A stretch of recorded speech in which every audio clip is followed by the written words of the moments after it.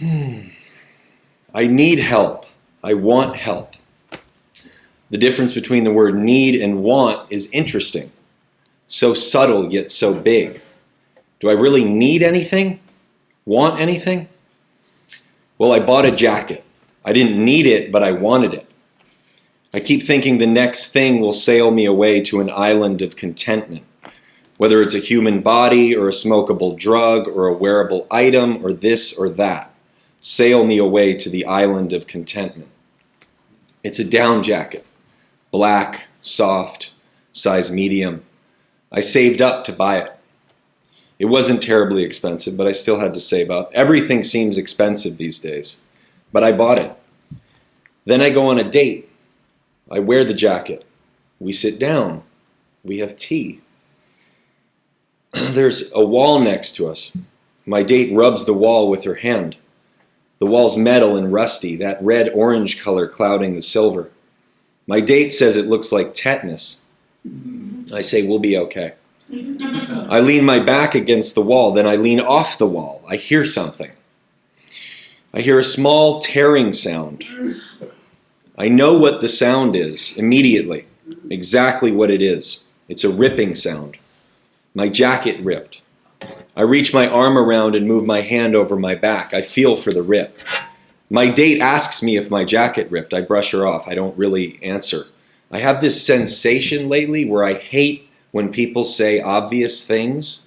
I hate trivialities, so I hide it. I don't want to go through even 3 seconds of a trivial human display, so I hide it. My date has no idea how much pain I'm in, because I know what that sound was. And 10 minutes ago, this pain didn't exist. Now it's here. I was sailing smoothly to the island of contentment, but now it's ripped. I'm not seething yet, but it crushes me. I'm crying inside. I want to leave the date, take off my jacket, and see whether or not it's ripped for sure. But I know. Although there's still an iota of hope, I do know. Thank God the cafe is closing soon. She talks, I hear nothing other than being crushed, folding in. I'll never be perfect. God must hate me. I've tried so hard for God. I want to rip the throat out of God. My jacket can't even be perfect? We leave the cafe. Finally, it's cold outside. We hug. Finally, I'm alone. As I walk away to my car, icy drops of rain hit me. I take off the jacket. I do wait to take off the jacket so she doesn't see me walking in the rain with my jacket off as she drives by in her car. She might ask what happened. She might yell from her car, "Hey, did your jacket rip?" I wait. I wait and make sure she must be gone. I look. It's ripped. Tiny rip. The size of almost the head of a pen. However, it emanates. It glows in discontented pain. I've lost track of the island. My mind is a storm now. There's a small trail of broken threads where the rip started, white feather escaping the black. I walk in the cold. I crush and melt at the same time. I give up. When my mother used to get frustrated with my brother and I, she would sigh and say, I give up.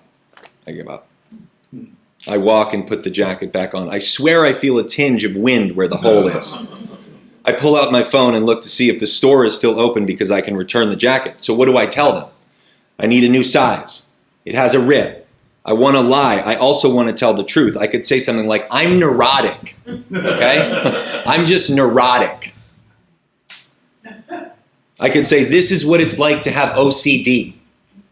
I could say that. I'm broken. Okay, I'm broken fundamentally. I don't want to talk about OCD, but I guess I will. Maybe I have to tell the store about my OCD. I've had it since I was a child. My therapist says OCD is something you're born with, a malfunctioning amygdala. I don't want to believe my therapist. I thought my OCD was caused by trauma, but my therapist assures me all the science says it's caused by a malfunctioning amygdala, which means my cerebral cortex is fucked up. Which means I don't react properly, which means I have a weird relationship with my fight or flight or freeze responses. So what's the solution? Rip the throat out of God? Well, it seems that when I want to rip the throat out of God, I can't find God. I always thought, the solution was I just had to find the one moment in my childhood where I had some trauma and reconcile it and everything would be okay. Or I had to find a human body or a smokable drug or a wearable item or a this or that and I would be fine. I could glide over all of it. But it never worked. That never worked. That's why actually, it also feels like a relief that my therapist said that I was born this way. I can stop searching. Finally, it's just a malfunctioning amygdala. So what do? They call it mindfulness. I have been here before, in fact. And it seems that once you've been somewhere before, you either have to do something to change it, or you go insane. And by the grace of God, it seems like I've moved in the direction of doing something to change it. This has happened before. Once I had a girlfriend and she bought me a leather jacket on Christmas. And as we were walking out the door to go to a party, the shoulder of the jacket got caught on a rose bush and it tore a hole in it. And I was seething. The same feeling I'm feeling as I walk in the icy rain.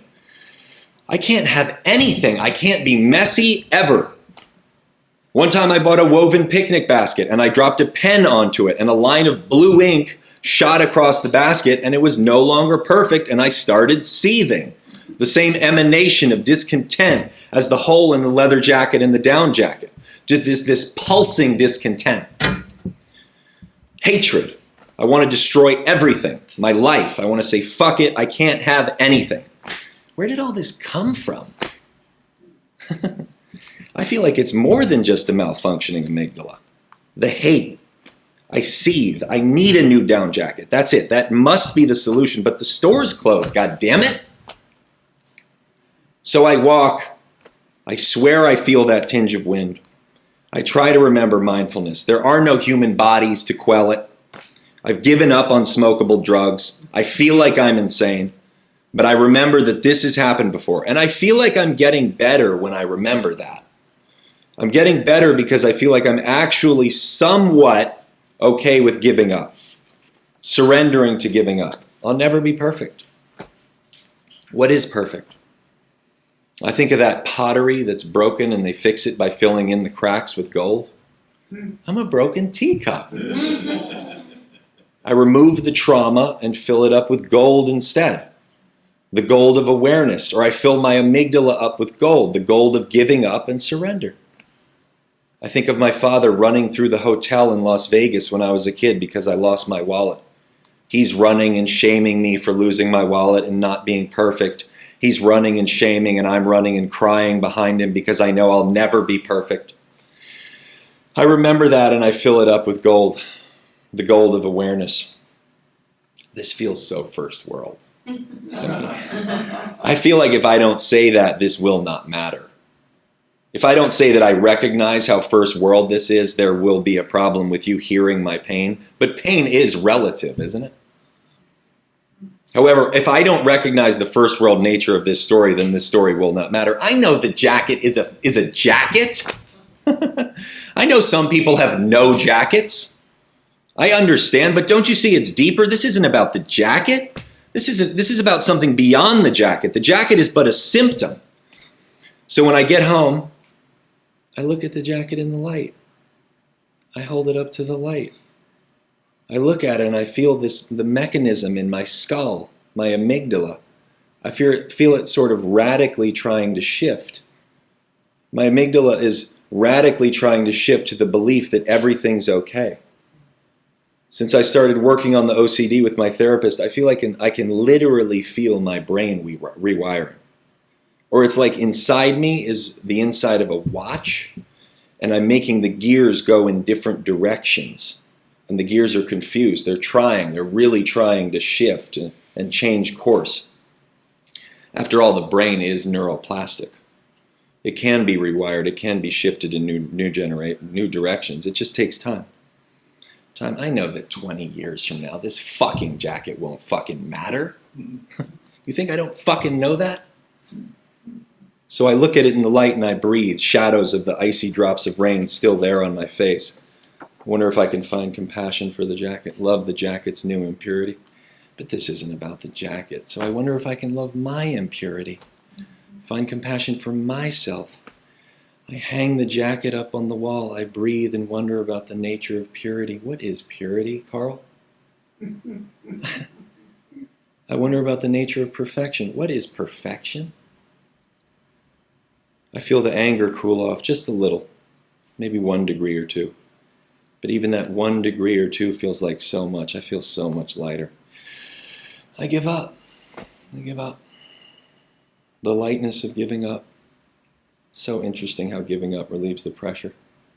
The lightness of surrender. Surrendering feels like the truest answer I can muster. The anger, the pressure, the melting, the crushing, the jacket, the date, the icy wind. It all disappears when I surrender to what is. Have you been there? Have you been there? Have you given up? Have you ever surrendered?